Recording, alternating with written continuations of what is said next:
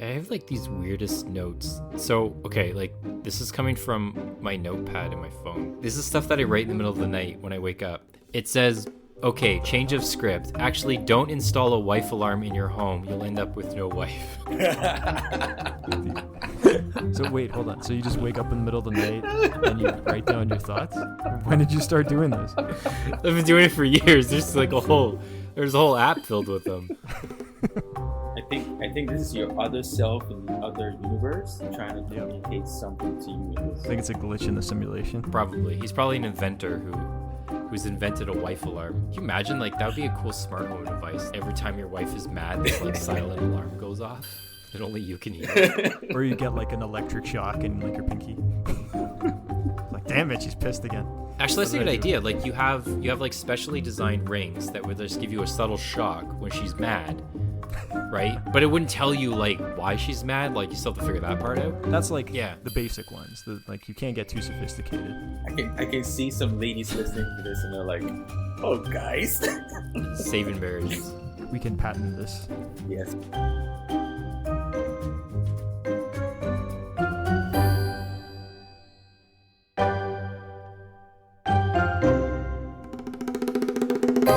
Greetings and fist bumps. This is the Raised Eyebrow Podcast, where we discuss how people just peopling can make it weird to be a person sometimes. But somebody's got to do it, and we're your hosts, Kojo, Mike, and Alex.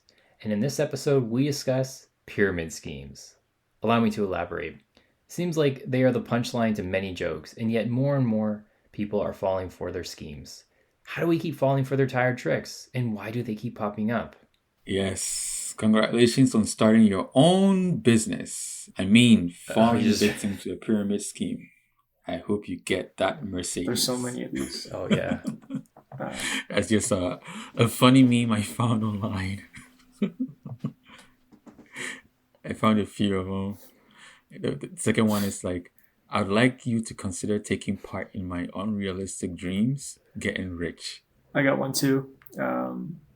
Probably the worst thing about pyramid schemes is how they make you advertise to all your friends and family that you fell for a pyramid scheme. Oh, man. So, yeah, how are people vulnerable to pyramid schemes? I made some points here. Like, it's usually like people who are like in desperate need. Yeah. And then you also have like some new immigrants who probably don't understand the culture. It's just all kinds of people. I even wrote 3 basic categories of people. So you have like people who are very greedy, and then the people who get misled into thinking that they're probably joining like an investment group or like, like a gift promotion or something. And then you also have like, people who believe that they're in a program that is selling like products and services. Yeah, I feel like it's always like economically, no matter what, it's economically vulnerable people. Yeah, man, it's crazy. I'm sure that's one of the categories you were looking at. I don't know what it is. I think it's a lot of times it's people who just don't have that financial education to be able to spot it right away. And then it's sold to them in such a way where it's like, if you just put in a few hours, you can make money on this thing too. You just have to, give us a few $100s and just to get started, and then keep going from there. But yeah, I think for the vast majority of cases, that's pretty much how it goes. Like, for a lot of people in society, they want to move up that income ladder and become like, better off than what they currently are, or not have to work 3 jobs and still trying to make ends meet. And someone comes along with like this dream that you could realize this kind of thing, and you can drive a Mercedes. Look at me, I did it. And you're so desperate that you just fall for it because what you're currently doing doesn't work. Like, that current system doesn't work.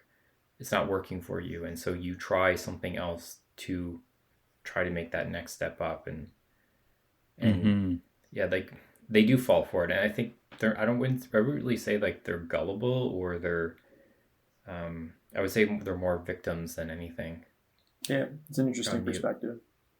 Yeah, because usually, like, the people that get falling into, it's not like they're stupid or anything. They're probably like college educated. They're investment bankers.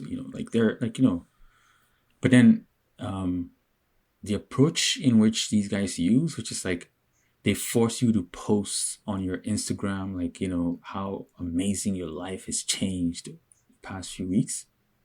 So then you look and you're like, whoa, actually it's working. I mean, sometimes like the first few months is when you actually make money. It's like something is working, but it's not sustaining. Mm-hmm. I think a lot of it kind of loops back to the side hustle culture that we live in nowadays. Everyone's got a side hustle, right?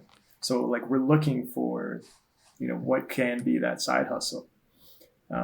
So when you are vulnerable to something like that, that's when these things look very appealing. Like, what, let me put in a few hours. Like I can sign up for this new product. I just have to like, okay, so when I got out of school, a friend of mine, he got into what I think is a pyramid scheme.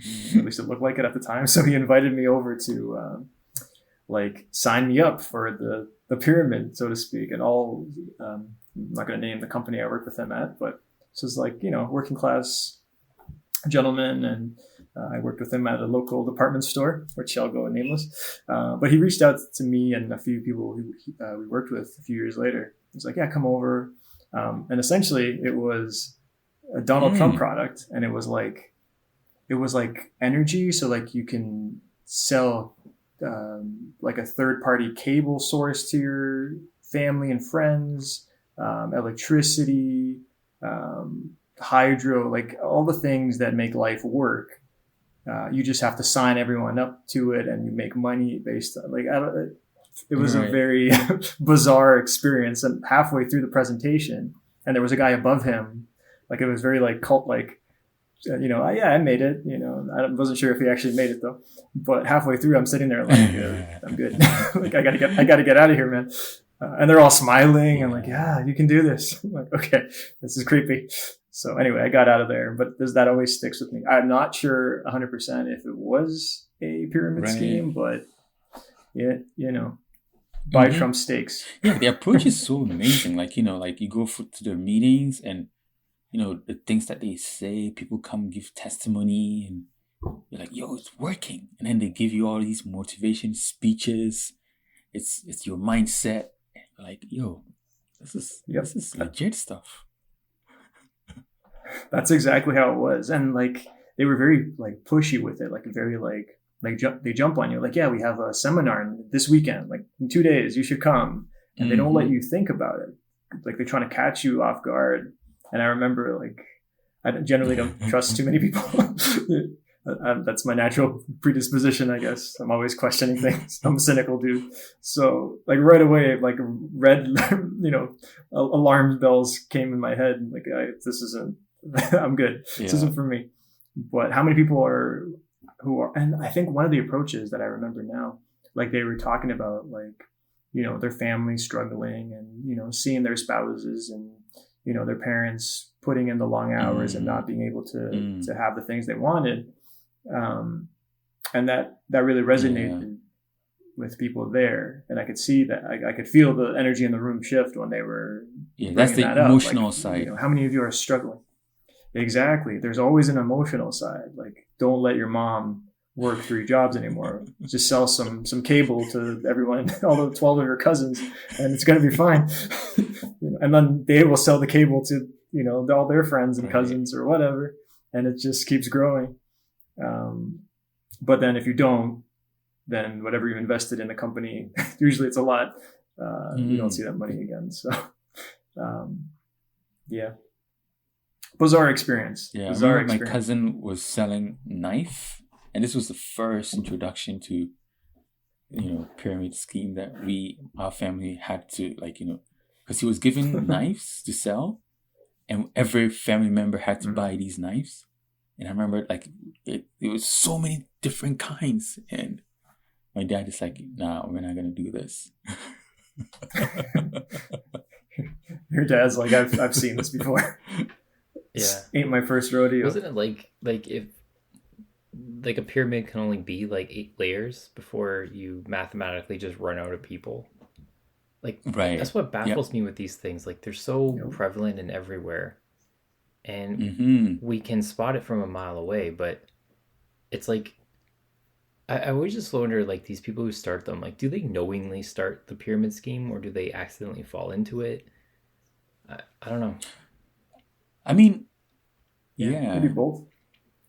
Yeah, like if you think about the three categories, like the greedy people, usually they get in because they want to make money. They probably have money, um, and then you have the other group.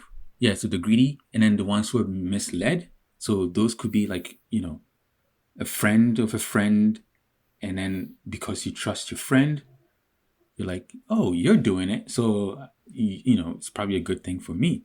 But then you forget that even your friend was being pushed into it so that they will push their friends into it. They're not even thinking, because after one seminar, there's another seminar, and they're like, wait, is this even working?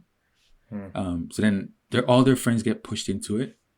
And then those who think, oh, actually, this is a great way for me to leave, be able to buy my mom a Mercedes. So, but then, like you said, after the certain level, it doesn't make sense anymore. So then all those below actually lose money instead of make money. Yeah, like 99% of people who join a pyramid scheme lose money. It's only that 1% that do. I was watching this one YouTube channel. It's called Not a Good Girl. And the girl in the name, she's a woman, but, and she used to work in 3 different multi-level marketing companies, which are basically the formal way of saying pyramid scheme. And she basically just kind of like started this channel just to pretty much just kind of tell her story and say what's going on and kind of reveal what's going on with all these scams that are happening. She's been doing it for a couple of years, and she actually pretty good content that she produces. So yeah, props to her. And one of the things that she says that happens a lot is like their methodology for recruiting. So they have this thing called FORM, which is an acronym which stands for Family, Occupation, Recreation, and Message. So essentially, these are the steps that salespeople within a multi-level marketing company would take to essentially gain your interest and trust if they're trying to get you involved before they actually introduce you to the product. So they're not going to lead with the product. They're going to lead with the relationship and try to establish a relationship and then introduce the product. So they start by talking about your family and like, oh, how's your family? I see you have kids and, you look so happy with them. Your daughter has your eyes, like stuff like that. And then they're going to start talking. Do they coach you on this kind of stuff? Oh yeah, totally. Yeah, I've been to like 5 in preparation for this podcast. I went to like 5 seminars. I got to tell you all these great things about Tupperware and knives and leggings. You guys would look really good in these leggings. I'm telling you. And there's these T-shirts too that you buy, and they're like, they just make you look so fit and trim, and you just have to buy them. So,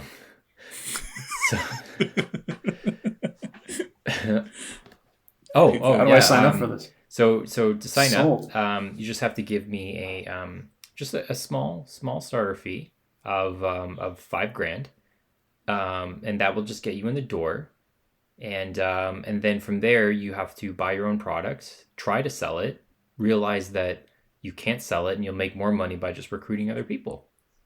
Yeah, right. Yeah, so you did have a Mercedes. It was in a the video, rental, though, right? Yeah, I had a Mercedes. Yeah, I'm just not gonna. It was a rental. I didn't own it. Seems I worth owned it. the rights to use it for 8 hours. Sign me up. Does that count? Yeah, and I just made sure that I bought I brought the car out, drove it around town, and I brought 20 different change of clothes to look like it was actually 20 different days that I was driving it to show that I actually had a Mercedes. But really, I took the bus. So back to what I learned at these fake training seminars. So FORM, you got family, and then they talk to you about your occupation. They talk to you about what do you like to do for fun. And then from these 3 categories, they will find a way in order to introduce the product to you, whatever it may be. Coffee, leggings, T-shirts, knives, some kind of Trump product. Yeah, and that's kind of how they kind of get you involved into the organization, either as a customer, which is unlikely, or as someone to sell it, because like, oh, this is a perfect reflection of your life because you cut food, so you should sell knives that also cut food. Your family eats. Yeah, you eat food, right? Your family puts food in your mouth. You should buy stuff that cuts food. How did you know? Man, this is relatable. It's so funny how Trump is in all of these. I know, hey. This is hands in so many. I think he's got a. I'm wondering what level he's at. Like, is he the top level or like the? No, he probably never figured out how to recruit. Doesn't he have like Trump University or something like this? He never passed. Trump Steaks. He never passed. What do you mean? He's a honorary dean. Time for a quick commercial break. We're excited to introduce to you the latest fitness trend sweeping the nation. Walking. That's right. It's more than just a way to move around your house. It's exercise too. You can walk around the block or 5, walk to the park, walk to get the mail. Plus, you can even walk a dog. Preferably your own. And if you're thinking, gee, this walking thing is kind of boring, try listening to your favorite podcast, as well as your 8th favorite, the Raised Eyebrow podcast. Oh, don't forget the performance package. Right. For a limited time, upgrade your walking to the performance package. Running. It's like walking, but faster. So get outside, folks, and get those steps in. And if you're walking right now, how meta is that? Okay, now let's get back to our show. So I looked up 5 companies who were basically caught in the pyramid scheme. I'll be honest, I haven't heard of any of these stories. Maybe you guys have. I could just, read them off. Maybe if this rings a bell, feel free to jump in. First one is Usana Health Sciences. Anything? No. Nope. Okay. New Skin Enterprises. New Skin. Nope. This was a big scandal in the 80s. I don't know if you guys have heard of this one. I'm pretty ignorant to all this. There's a big description. I don't know if it makes sense to read it all, but this one was in what's John Oliver's show, that HBO show, Tonight Weekly or something. That's the one. Last Week Tonight. Yeah, he did a whole thing on them. Oh. In 2014.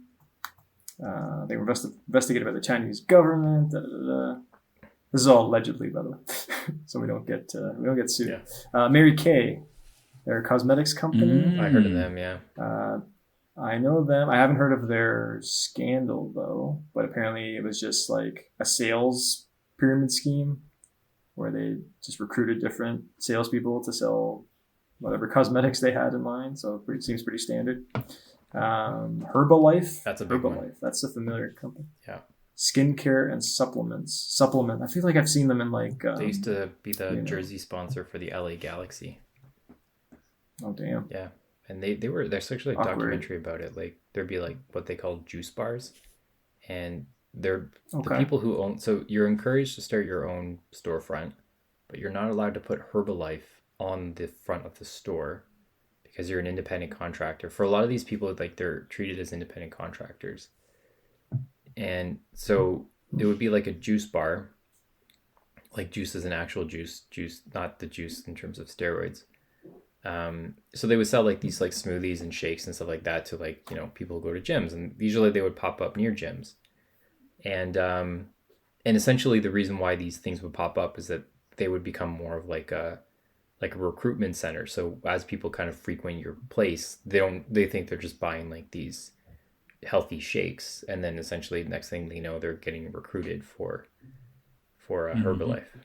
That's what the documentary claims. Sell the shakes. Yeah. Yeah, it says here there was a documentary released. I'm pretty sure that's the one you're talking about. Yeah.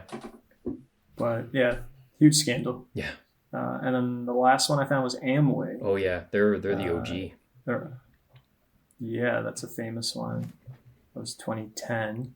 Class action lawsuit, yada, yada, yada. Yeah, apparently their whole business model was pyramid scheming. So what were they selling? They sell health, beauty, and home products. It looks like the beauty, sector is really big. Yeah, it's all beauty and cosmetics and diet pills and health supplements, right? Because they're things that people have to use regularly. Right. Yeah. Right. But like, why isn't there There's pyramid enough to scheme sell. for toothpaste? Mm. That makes sense. You know, you have to use Like regular, shampoo. or shampoo. Actually, there is one for shampoo. Some would argue that shampoo is a pyramid scheme. Is it? Or a scam, at least. Anyway. There's this one company called Monat, Monat. There's like a whole investigation and claims where by using this product, people's hair would be falling out like in clumps. Like there would be like, you would see like, and they're kids, adults, and there'd be like half their hair is missing from using the shampoo, Jeez. allegedly. That's what they That's claim. heavy. That's what their lawsuit claims. The courts have yet to rule. That's crazy. You guys know Johnny Harris, right? Yes. He's got a video I watched recently. Like, he hasn't used shampoo in a few years, apparently. Oh, I He saw breaks- that one. That one's interesting, right? I think he Yeah. breaks down like the marketing behind it, how like we didn't necessarily use shampoo for most of human history. Yeah. And Yeah, that's true. he gives a disclaimer that it depends on your genetics and like what kind of hair you have, yada yada yada. Mhm. And he made it very clear like this is only for his hair, but it's still an interesting video. Yeah, I He's think saying, like, it makes sense because it's like the more you wash off, even on your skin, the more you wash off these oils, then your body needs to produce these oils again. Yep. And so then we put conditioner to produce those oils, and now you have to add other things to your hair. Yep. And then you Yeah. put the gel in. And It's just gelling the and all. continuous loop. Yeah. Yeah. And then I think, Alex, when we were in marketing school, they told us shampoo in general was a marketing. So the term rinse and repeat, you don't need to rinse and repeat. Just do it one time. You don't have to, just one cycle is fine for the shampoo. You don't, it's just to get through the bottle and buy another one. Right. But that was one of the famous like lines that stuck around in the marketing world. And for whatever reason, people always mention rinse and repeat in every shampoo commercial and every instruction for your hair product. Go figure. I've never rinsed and repeat. Yeah. Yeah. You don't have any hair, Alex. That's true. Yeah. Thank you. Hey, you get to save more money than I do. That's true. It's funny how they always try to say, be your own boss. Yeah. Yeah. Because what if you work for yourself and you're your own boss? Would you still go into it? See, yeah, like everyone has this fantasy of being your own boss, but like, I don't know, like, not everyone's self-motivated. Not everyone, like some people need discipline of a routine workplace. Mhm. Yeah. I don't You even know. think you can be your own boss though. Not really. Because no. even if you run your own business, your clients are still your boss. Exactly. Yeah. Still working for someone. Yeah, but they always go with like, be your own boss, Work your own hours. Yeah. your Like, own hours. it's always the idea of freedom, right? Like Yeah, I could spend all the time with my kids now. yeah. And I think that's why, like, even with COVID, it was so important because a lot of people were able to actually experience that be your own boss, work from Mhm. home. Yeah, that's true. Actually, yeah. Now you, Yeah. now you can take care of your kids crying I already do that. while at work. Yeah. Or my favorite line is always like, "Oh, you could be the CEO of your own company." Like, wait, so like I'm gonna have like a board of directors who appoint me, and like I'm the answer to shareholders. Like, what kind of a scheme is this? That sounds stressful. Yeah. That sounds stressful. Or it's like a private, Yeah. like I've seen like a lot of people on LinkedIn, or like they would just have like their own little business and they would call themselves CEO. Like, you're not a CEO. Like, Yeah. like unless your mom is like your board of directors, your mom and your dad who probably you live in their basement and like you're working out of. She's in charge of catering. It sounds cool. Every day at dinner is a board meeting. Yeah. And it's always like usually it's a younger professional who needs that experience, so they'll put, I started this company, I'm the CEO. It's like, well, I don't know. Yeah. Well, not technically, yeah. Yeah. Like we all have, like, Kojo, you're a designer and you have your own business and you're not calling yourself a CEO, you're just, hey, I'm a designer. That's it. Yeah. that's it. This is my business. Work with me or don't work with me. I think it has its goods and bads, because usually I meet other people who are in the same line of business, and the way they present themselves make them seem they're more qualified and they're more upper level because they're like, oh, I'm the founder of this agency, and then you find out and they work from home. Yeah. Call us. Who is us? It's just you. You're the secretary. Yeah. Or the fake office thing. Like Yep. they would have their address would be like, oh, I'm in this building, and then it's actually just like a mailbox in the building, and then they just collect the mail. Their condos down the street. Yeah. Yeah, Like it is what it is. I can't hate on them trying to get their career going, but that I try respect. to be a bit more. Just be honest about it. Yeah. It must be easier now too, though. It's like, oh, you work from home. Like, yeah, so does everybody now, or most people in this industry, anyways. Right. I think before it was like, if you're working from home, that means you're unemployable. Yeah. What does this mean? Yeah. You can't come in an office twice a week. Yeah. No, I think this goes back to our narcissist episode, where like the lack of self-awareness when you're describing what you do, right? Like, yeah, I'm a master CEO of design, whatever, insert cringy description. But if you're self-aware, like, yeah, I'm a freelance such and such, and work with me, right? Here's my experience. Yeah. Here's the brands I've worked on. Yeah. Cool. But when it gets cringy, yeah. oh jeez. Well, funny enough, you see on different like LinkedIn profiles where, yeah, I worked with the CEO, I worked with the vice president, but it's really like a startup with like 6 dudes in the company. So yeah, you're going to be at a meeting with the vice president. Yeah. So have you guys heard of the airplane game? Airplane game. Why is this? No. This is familiar, but So apparently that's where this, pyramid scheme concept comes from.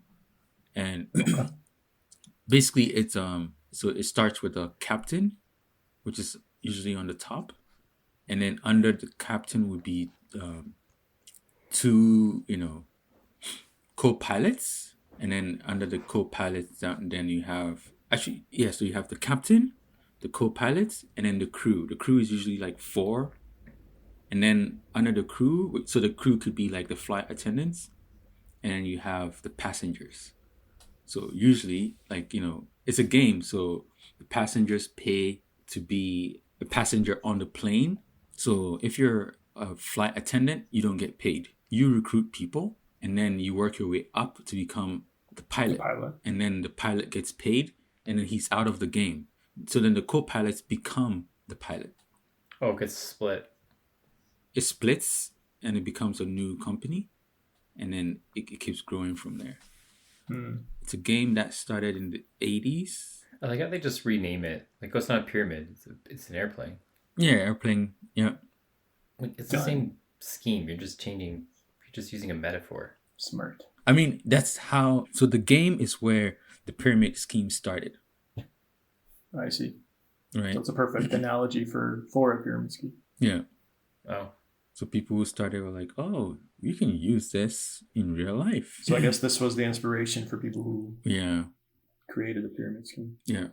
And it looks like, back even in the 60s, this whole movement of like the human potential movement, like the movement that basically was like, you could power through life with your motivations and your thinking. Mm-hmm. So all of that put together forms a whole group of people who are like, oh, actually, I can transform my life by changing the way I think. Mm-hmm. It's like The Secret. Yes, The Secret. Yeah. Right? Yeah. Like you just have to manifest things. Yes. But like what they don't tell you about The Secret is that like more people fail from, investing in some nonsense or thinking positively about something. Sometimes you need a strategy and you need action. Right. Actually, most of the time you need that. Yeah. Right? You need like strategy, action, to achieve. Yeah. I mean, it starts with your thinking, but it still needs to do something. I agree with. Like, I don't think, I think it's a good thing to, generally speaking, to think positively and, bring a good energy to something, Mm-hmm. for lack of a better analogy. But like, you have to have a strategy and some action behind it and like rational thinking, or else like, what are you doing? Mm-hmm. That's where The Secret fails miserably. Yeah. No, you just talk about it. and it'll just happen. Yeah. You have to work Just I'm manifesting billions of dollars. Yeah. I feel it coming. It'll come tomorrow. You take photos, post it on Instagram, and it happens. Yep. It's like we keep referencing this, but Inventing Anna on Netflix. Check it out. Oh yeah. Pretty good. But But she had a plan at least. Yeah, plan. Yeah. Like Kind of. She was a little dodgy in certain parts of her plan. Yeah. But she figured it out. It's such a great show. Yeah. Nice little mini series. We keep bringing that up. Do you think she read The Secret though? I'm kind of curious now. Probably. I haven't read it. I read it. I watched the video. For The There's a Secret? video on it. Yeah. Oh wow. Yeah. Cool. I mean, The Secret, the way it presents itself, which is, and even with the pyramid scheme, they all present themselves in the same format as, like, even how Christian services are being put together. Oh. So, like, you know, the Secret, you see lots of pastors in that environment. Pyramid schemes, they have that kind of like movement of like, oh, go tell your neighbor about Christ, right? So bringing people in. So they're kind of like similar. So if you're a Christian and you go to a pyramid scheme, it doesn't seem like it's out of the blue. It's pretty much, this person loves me, and that's why they're bringing me to this meeting, and my life is going to change. Oh man, it reminds me of the self-help world, right? Like everyone's suffering from something. We all need some motivation, and it feels good when you have some guru. Like maybe this is a different podcast, but they tell you 3 things to think positively and change your life forever. And you're like, okay, I'm buying this book. If it's just 3 things, right? Yeah. How hard is it? Pay me money, pay me money, and pay me money. Yeah. And pay me money. Or coaching. This is a new thing nowadays. Everyone wants to be a coach. You just have to sign up for my coaching class. Yeah, it's a free audio book, free, whatever. And then you can be a coach too by the end of it. Okay. That reminds me. You just got to pay $400. So I was watching YouTube this week, and I was just watching a bunch of stuff. And so this one guy kept coming up, and at first I just skip whatever. And then he kept coming up, and I was like, you know what? Screw you. I'm just going to go get a drink of water, and I'm going to let this 4-minute ad play out, come back, and then you're going to pay full price for this ad. Because I figured, if I did it enough times, the YouTube algorithm would be like, okay, this guy's not buying, take him out. Because that's how the algorithm is designed. And it kept coming up. And I just no, I'm not losing this fight. So I kept playing out the entire ad every single time. It just kept coming up. And then this B version of the ad started coming up where he was like, well, you haven't clicked on my video yet, so you need to. I'm like, wow. I'm like, you were even prepared for people like me. Wow. And so I'm like, okay, I'm just going to let these things play out. And it happened 20 times. It was getting so frustrating. I have this whole friggin' script memorized now. And it's a battle of attrition at that point. Yeah, it was a war of attrition. And the funny thing is that I just muted it and put my tab onto another screen on my computer, did something else for a while, or played Wordle or something like that. And he spent however much it cost to post that ad. So, yeah. Wow. Yeah. He just saw, he probably lost $50 on me. I feel good about that. I feel really good about that. Yeah. What was it for? It was, I don't even know. It was some stupid free training thing. And there was this book that he was hawking. He was like, well, I'll send you this free book. You just have to pay for shipping and handling. And then in this follow-up video, he even addressed how, shipping and handling is not that much. You just have to pay for that. What? If people really complain about that, whatever. So it was a free book. You had to pay for shipping and handling. It was learn how to sell never before. I don't know. It was something like that. Do those programs work? The YouTube videos of how to be your own boss, you have to do those ads really work? I don't know. I think they who's that guy? Tai Lopez, remember him? Oh yeah, he was the guy. It's my Lamborghini. Yeah and he talks about it. I've listened to his he's been on interviews and stuff. I think he was on Joe Rogan even, maybe not, But anyway, so he talks about how he specifically made it appealing to young men who like early 20s who they want a Lamborghini, right? They want to get all the chicks, they want to be knowledgeable, whatever. And he specifically targeted them in his execution for those ads. So it was very like over the top in everything he did, but apparently it was successful according to him. But I don't know. But how does he make the money to actually afford that Lamborghini? I think he was an actual investor. Like he was an actual successful person who had money. So then he'll just tell you he made money. Yeah. But he already had the money, right? You can rent those. Because a lot of times, like it's like. Yeah, you can rent those. I think he's actually a legit rich guy, and he would show you his mansion and blah blah blah. Mm-hmm. I think he's one of the more like, let's use the word authentic rich guys who's selling you that. But the question is, does the average person have the ability to make that kind of money on his program or whatever he's selling? Like he's selling like self-help essentially, but he was an actual high IQ person. Like he achieved a lot of success, and he'll tell you, there are tricks to maximize your mind and your body, blah, blah, blah. But I'm skeptical to that. I think certain people have limits. Like I can't be an NBA player. I don't care how much, how many tips I get from Steph Curry. I'm not going to make the NBA. Yeah. So there are limits, right? Anyway. Because a lot of times, like these guys, the pictures that they show, the homes they live in, the cars they drive, their whole life is like rich. So you're like, oh, actually, it's working. And it's pretty much like even like some African pastors. I'm not sure if you guys are aware, but like usually when these pastors are pulling up, they're like filthy rich. Yeah. Wasn't that money supposed to go to God though? Oh, he is. Never God. made it. Like the Lord is expecting money. The Lord, you owe the Lord money. The prosperity gospel. Have you heard of that? No. No. Isn't this where it sounds familiar? Isn't this like pastors and preachers? Oh, you mean the idea? Yeah. So John Oliver did a whole thing on this, and they ended up creating the Church of Perpetual Exemption, and there's like a whole episode about it. And essentially, what it is like there's this one passage in the Bible where I highly doubt the people who wrote the Bible intended this interpretation. Yeah, I mean, I think I understand what you're saying, but it's because usually it's the idea was meant for something else, but then the pastors would change the story to misinterpret it. Yeah, my God shall supply all your need according to his riches and glory by Jesus Christ. That was Philippians 4:19, and then John 1:2.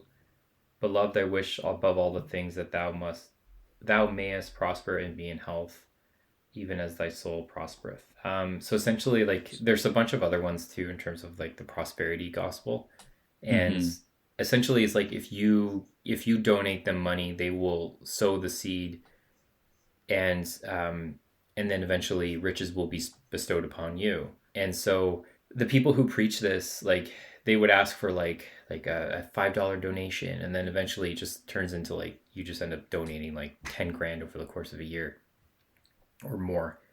And there's this one YouTube video where two pastors, I'm not going to mention their names because they love to sue people. Two pastors are trying to rationalize to each other. They're having a conversation with each other. They both preach the prosperity gospel, and they're trying to rationalize to each other why they both need a new Gulfstream jet. Meanwhile, the people that they're taking the money from have not received these riches that are apparently supposed to be bestowed upon them. And they get to go to heaven, man. What else? What else do you need? Just get to heaven. Yeah, and they're trying to rationalize like, oh, well, this is why I need 2 Gulfstream jets. I saw this other video where this one guy was going through his hallway at his house where he had all these picture frames of all the Gulfstream jets he's owned in his lifetime. And there's probably about a dozen of them. The people who want this so desperately because it really, like, a lot of this comes down to like pyramid schemes, multi-level marketing, these kind of prosperity gospel things is like people, there's vast income inequality in our society, and I think that people prey upon that and people want that out. and they're victims of this crushing income inequality that they just were born into or fell into due to really no choice of their own. No one chooses to fall into a lower income class. Yeah. Sometimes things happen in life and you end up there, or you're born into it in a lot of cases, or you immigrate here thinking that you're gonna have a better life and it's not that, and you get preyed upon. And they're victims, and it's essentially like, it's disgusting, to be honest. Mm-hmm. I mean, yeah, because usually you see these pastors and they're like, yeah, I'm self-made. I started from the bottom with nothing, and this is where I'm at now. And then it shows, it's like going to a financial advisor's office, and you find out he drives like a broken down, rusted car. Are you going to listen to his advice? No. But if he pulls up with a Lamborghini, with a Rolex watch, you're like, oh yeah, he knows what he's talking about. That's true. God's taking care of him. Yeah. Mind you, the guy who has good care of him. Mind you, the guy who has the broken down car probably doesn't put his money in a depreciating asset. Oh yeah. Smart. Oh yeah. But it's all, what is it? Perception It's is all reality. perception, yeah. So is the guy in the Rolls Royce successful, or is the guy in the broken down car successful? Exactly. Because you don't know what's in their bank account. Yep. There you go. Yep. Well said. It's crazy seeing like these mega churches in the States. Yeah. Mm-hmm. It's like they're in stadiums. Yeah. Right? How many donations are they getting? Oh, tons. Right. Millions. Yeah. It's mind blowing. We sell tickets too Mind-blowing. sometimes. Yeah. They're just like, it's almost like they're performers for their community. You know what I mean? Like they're putting on a show. Yeah. They're just talking about the Lord. Like they're talking about whatever religion they're a part of, and their followers, quote unquote, are coming to see them perform about what they're Yeah. I mean, there's some good people who are doing good things. Oh yeah. And then you also have a ton of other people who are like using the system to, make money for their own self. Of course. Because sometimes you look at the similarities. Like Martin Luther King's dad was a pastor. He grew up in the church. There was a point in time where he actually left the church. Oh really? But then what he was preaching could only work if he's part of the church. So the way in which he actually preached was a style of the church, which is like a leader.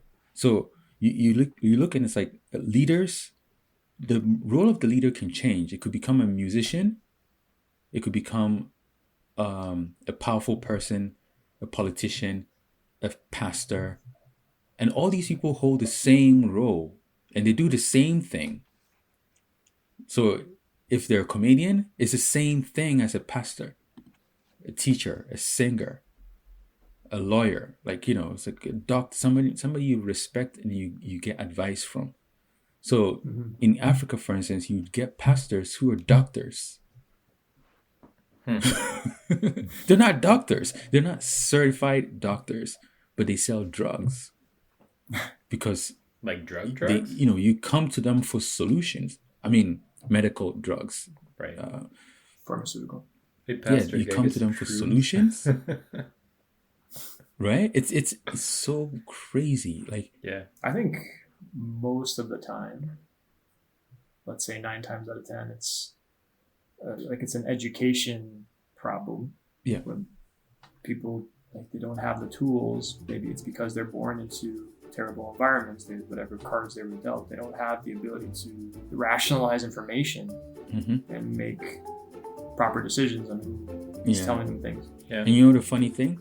They're also saying the same thing about us. Yeah, that's the funny part, right? Yeah. And that's how wars start. Yeah. Yep. Hey, it's Post-Production Alex here. Thank you for listening to part 1 of Pyramid Schemes.